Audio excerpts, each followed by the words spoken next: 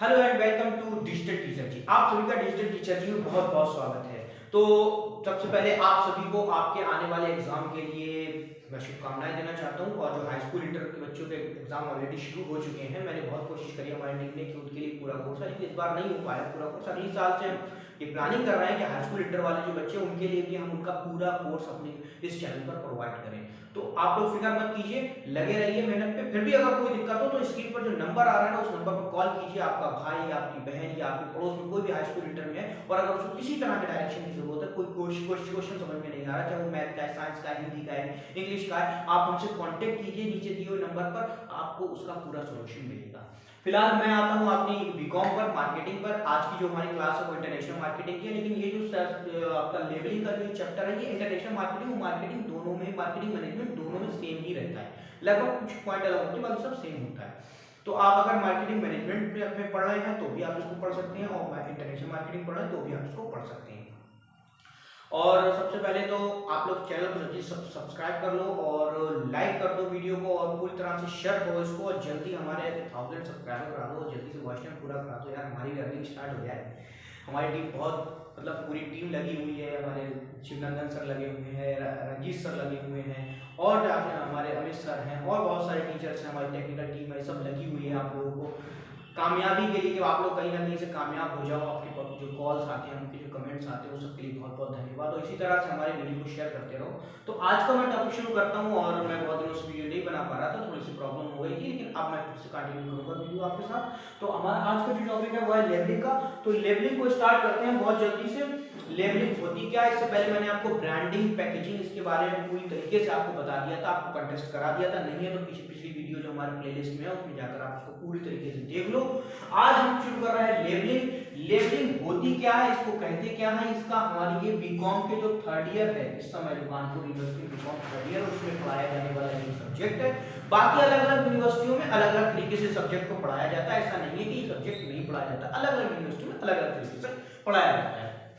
तो लेबलिंग होता है, लेबलिंग एक सूचना देने वाली चिट होती है जो वस्तु या उसके पैकेज के साथ लगी होती है।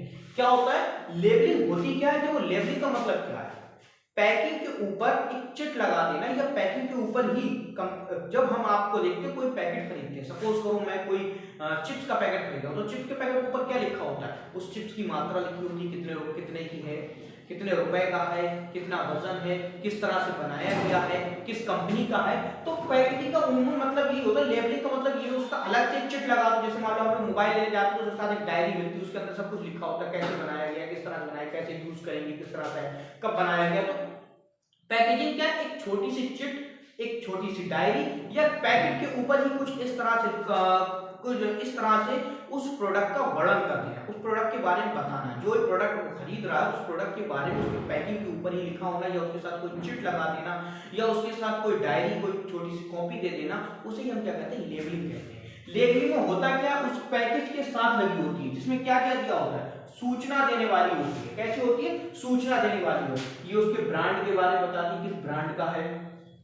दूसरा उसकी कंपनी के बारे में बताती है, किस कंपनी का है। तीसरा उसका वजन बताती है, उसका मूल्य बताती है। ये सारी चीजें क्या होती है, पैकेजिंग के ऊपर दी होती हैं, जो लेबलिंग में लगाई जाती है। लेबलिंग में ये चीज दी होती है। क्या होता है, लेबलिंग सूचना देने वाली होती है, पूरी इंफॉर्मेशन देता है, पैकेट के अंदर क्या सामान है, कितनी मात्रा में, कैसे रखा गया है, किस तरह से रखा गया है, किस तरह से बनाया गया है, कौन सी कंपनी का है, कौन सी उसका, सारी चीजों को उसमें वर्णन किया जाता है, जो उसके पैकेज के साथ लगी होगी। जो भी आपका पैकेट होगा उसके साथ वो आएगी, या उसके ऊपर चिपकी हुई होगी, या उसके साथ स्टेप करी हुई होगी, या उसी पैकेट के ऊपर भी लिखा होगा।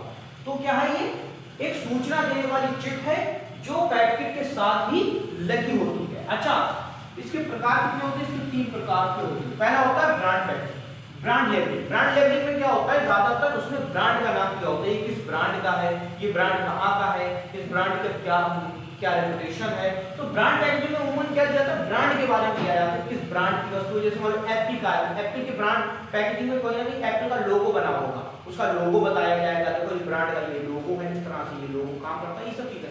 तो लेबलिंग, ब्रांड लेबलिंग में तो उम्मन क्या बताया जाता है, ब्रांड के बारे में बताया जाता है, कंपनी का ब्रांड कैसा है, कहाँ से है, कितना है, कि कहाँ फैला हुआ है। तो ब्रांड लेबलिंग में क्या होता है, ब्रांड के बारे में बताया, उसका नाम, ब्रांड का नाम बताया जाता है, कंपनी का नाम बताया जाता है। अगला है वर्ग पैकेजिंग। वर्ग पैकेजिंग में क्या होता है, सॉरी पैकेजिंग का नाम है वर्क लेवलिंग। वर्क लेवलिंग में क्या होता है, इसमें क्या होता है, कंपनी क्या करती है, वर्क लेवलिंग में आपने जो वस्तु खरीदी वो किस स्टैंडर्ड की, किस वर्ग की, उस पर ए क्लास की वस्तु है, बी क्लास की वस्तु है, सी क्लास की वस्तु है, डी क्लास की वस्तु है, ये किस क्लास की वस्तु है, उसके बारे में बताया जाता है वर्क पैकिंग। विवरणात्मक पैकिंग में क्या होता है, विवरणात्मक पैकिंग में कॉमन चीजें बताई जाती है, मोटे मोटे तौर पर बताऊं, जिसमें जो है ना वजन के बारे में बताया जाता है, इसके बनाने की तारीख के बारे में बताया जाता है, बनाने की तिथि, इसके बनाने की तिथि के बारे में बताया जाता है, वजन के बारे में बताया जाता है, इसके मूल्य के बारे में बताया जाता है, मिक्सचर के बारे में बताया जाता है। तो विवरणात्मक मतलब पूरा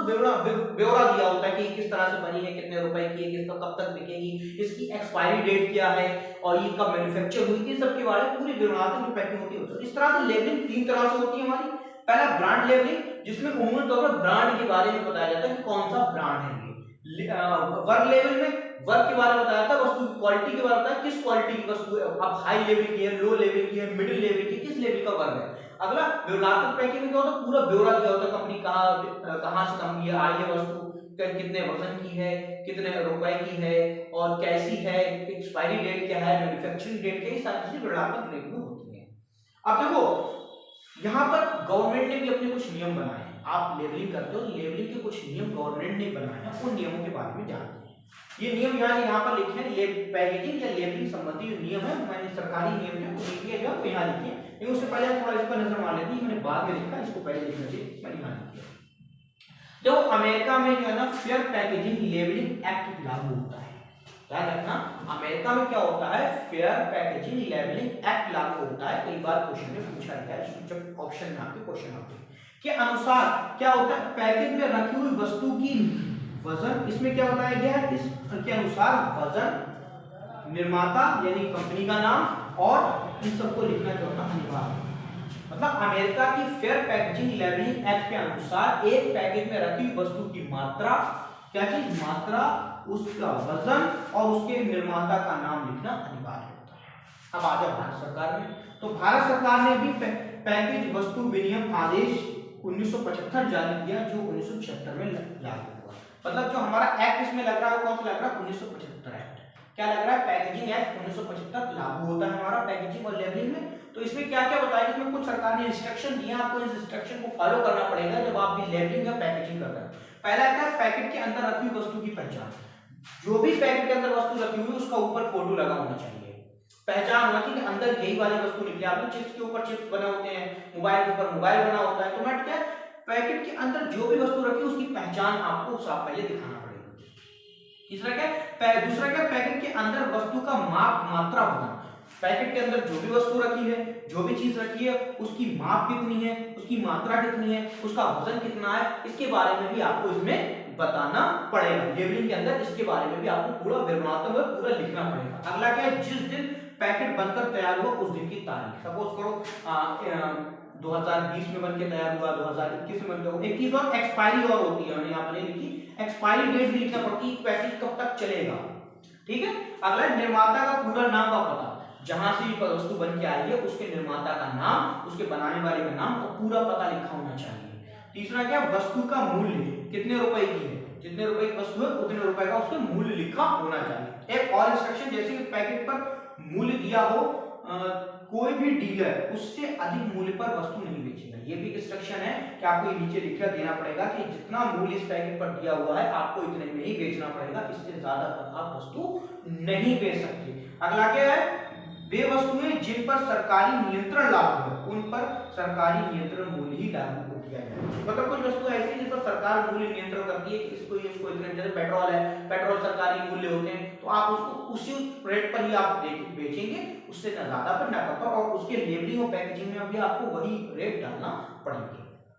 अगला है वस्तु के वजन, वस्तु के वजन में पैकेट का वजन शामिल नहीं होगा। ध्यान रखना कि आप जो वजन लिखेंगे वस्तु का, वो वस्तु का वजन होगा, पैकेट समेत नहीं होगा। जैसे सपोज करो आपने देखा होगा, बहुत बारी चीज देखी होगी कि ग्रॉस वेट लिखा होता है और होता है नेट वेट।